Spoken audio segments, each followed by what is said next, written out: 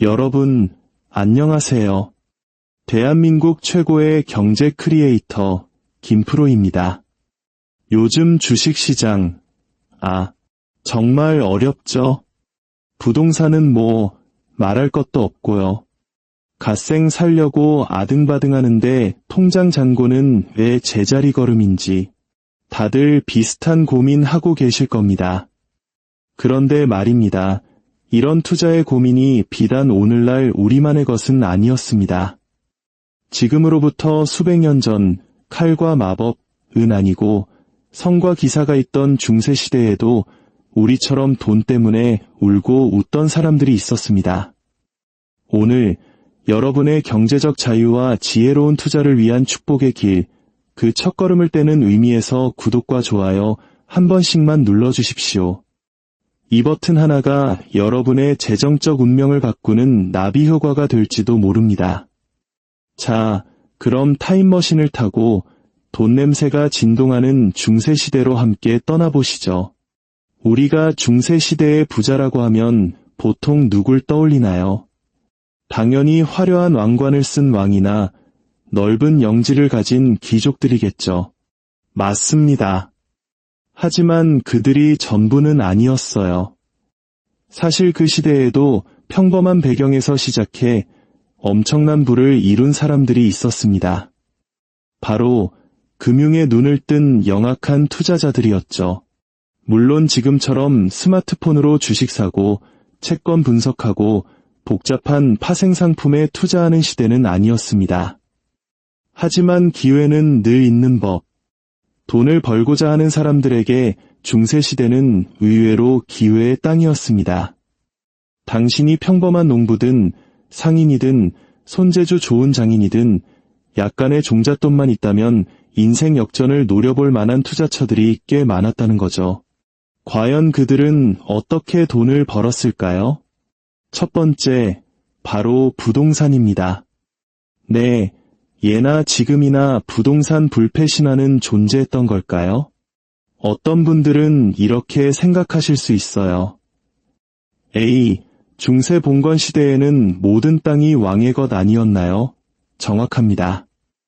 이론적으로는 왕이 원하면 언제든지 신하들의 땅을 빼앗을 수 있었습니다. 하지만 현실은 달랐습니다. 왕이 너무 제멋대로 굴면 어떻게 될까요? 바로 반란이 일어납니다. 영주들이 들고 일어나고 백성들의 원성이 하늘을 찌르겠죠. 왕도 자기 목숨과 왕좌를 지키려면 적당한 선을 지켜야 했습니다. 그래서 왕을 견제하는 영주들이 있었고 또 그 영주들을 견제하는 법정과 여러 가지 법률이 존재했습니다. 왕이나 귀족이 함부로 평민의 땅을 빼앗지 못하도록 최소한의 안전장치가 있었던 셈이죠. 이런 시스템 덕분에 사람들은 내 땅은 적어도 내 자식에게는 물려줄 수 있겠구나 하는 어느 정도의 확신을 갖게 되었습니다. 그리고 바로 이 지점에서 상업이 싹트기 시작합니다. 사람들은 땅의 소유권을 돈을 주고 사기 시작했어요.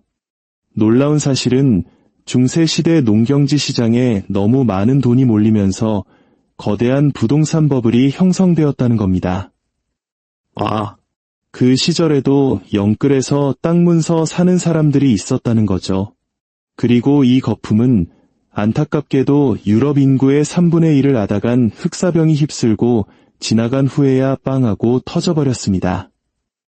역시 부동산 투자는 시대를 초월하는 인류의 숙제인가 봅니다.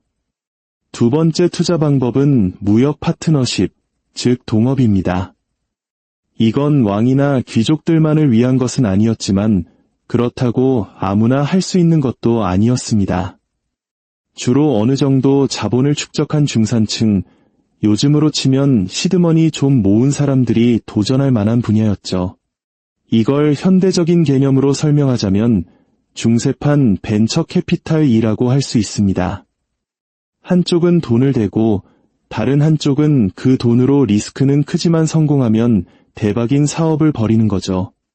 이슬람 세계에서는 이런 계약을 키라드라고 불렀고 이 시스템이 나중에 이탈리아에 영향을 주어 코멘다, 라는 제도로 발전했습니다. 방식은 이렇습니다. 제가 투자자로서 돈을 대면 제 파트너는 그 돈으로 배를 빌리고 선원들을 고용해서 목숨을 건 위험한 항해를 떠납니다.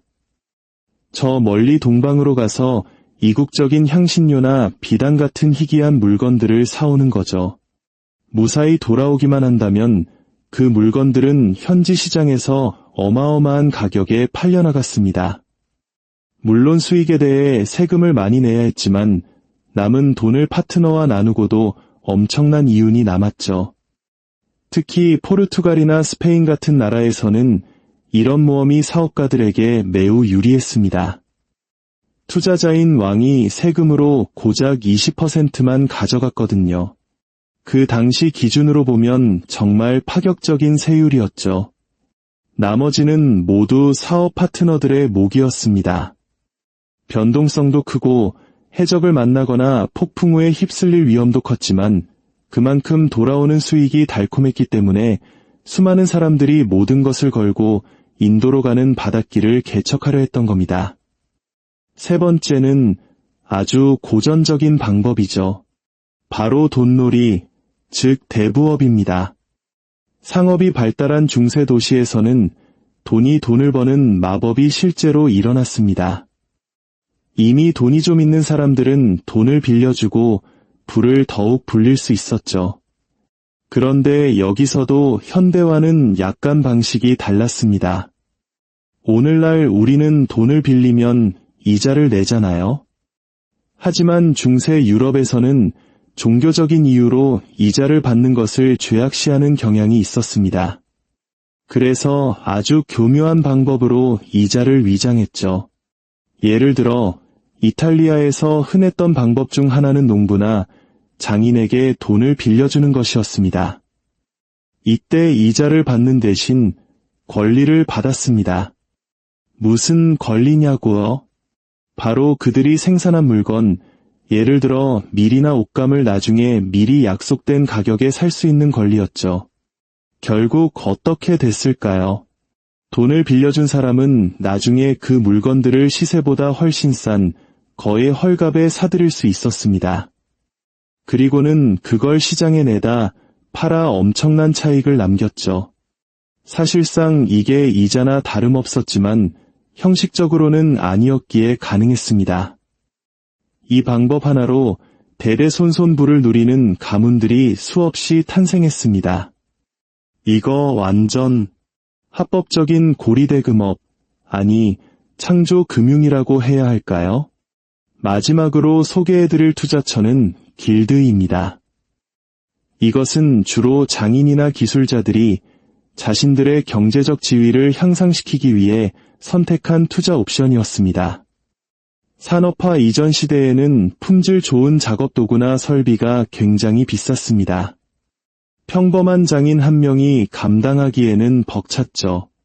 하지만 더 좋은 제품을 만들어야 더 비싸게 팔 수 있잖아요. 바로 이 딜레마를 해결하기 위해 길드가 등장했습니다. 길드는 일종의 투자 조합이었습니다. 장인들이 각자 돈을 모아 공동으로 작업장을 차리고 비싼 장비들을 함께 구매해서 사용하는 겁니다. 갑자기 모든 길드원들이 이전과는 비교도 안 될 만큼 좋은 장비와 재료를 사용할 수 있게 된 거죠. 당연히 생산하는 물품의 질이 올라갔고 수입도 늘었습니다. 그런데 길드의 힘은 여기서 그치지 않았습니다.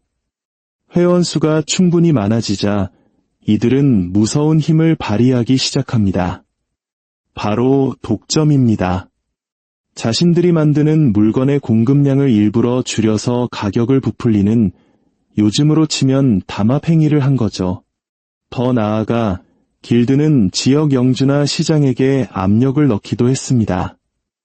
경쟁 길드의 상품이나 외부에서 들어오는 상품에 높은 세금을 매기거나 판매를 제한해달라고 로비를 한 겁니다.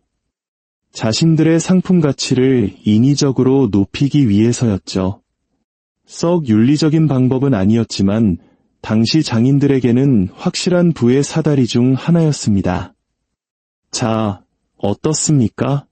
중세 시대 사람들이 그저 원시적으로 살았을 거라는 생각과는 많이 다르죠? 현실은 그 반대였습니다. 중세는 우리 역사상 가장 역동적이고 기업가, 정신이 넘쳐났던 시대 중 하나였습니다. 사회 모든 분야에서 엄청난 혁신이 일어났고, 특히 금융산업에서는 기회를 포착할 만큼 영리한 사람들에게 수많은 문이 열려 있었습니다. 이것은 곧 왕이나 귀족이 아니더라도 누구나 부자가 될 수 있는 시대였다는 것을 의미합니다. 오늘 이야기는 여기까지입니다. 중세시대의 금융 이야기에 흥미가 생기셨다면 몇 주 전에 올렸던 중세시대의 파산은 어땠을까? 영상도 꼭 한번 확인해 보세요. 오늘 영상이 즐거우셨다면 좋아요 잊지 마시고요. 시청해 주셔서 정말 감사합니다. 곧 또 재미있는 경제 이야기로 찾아뵙겠습니다.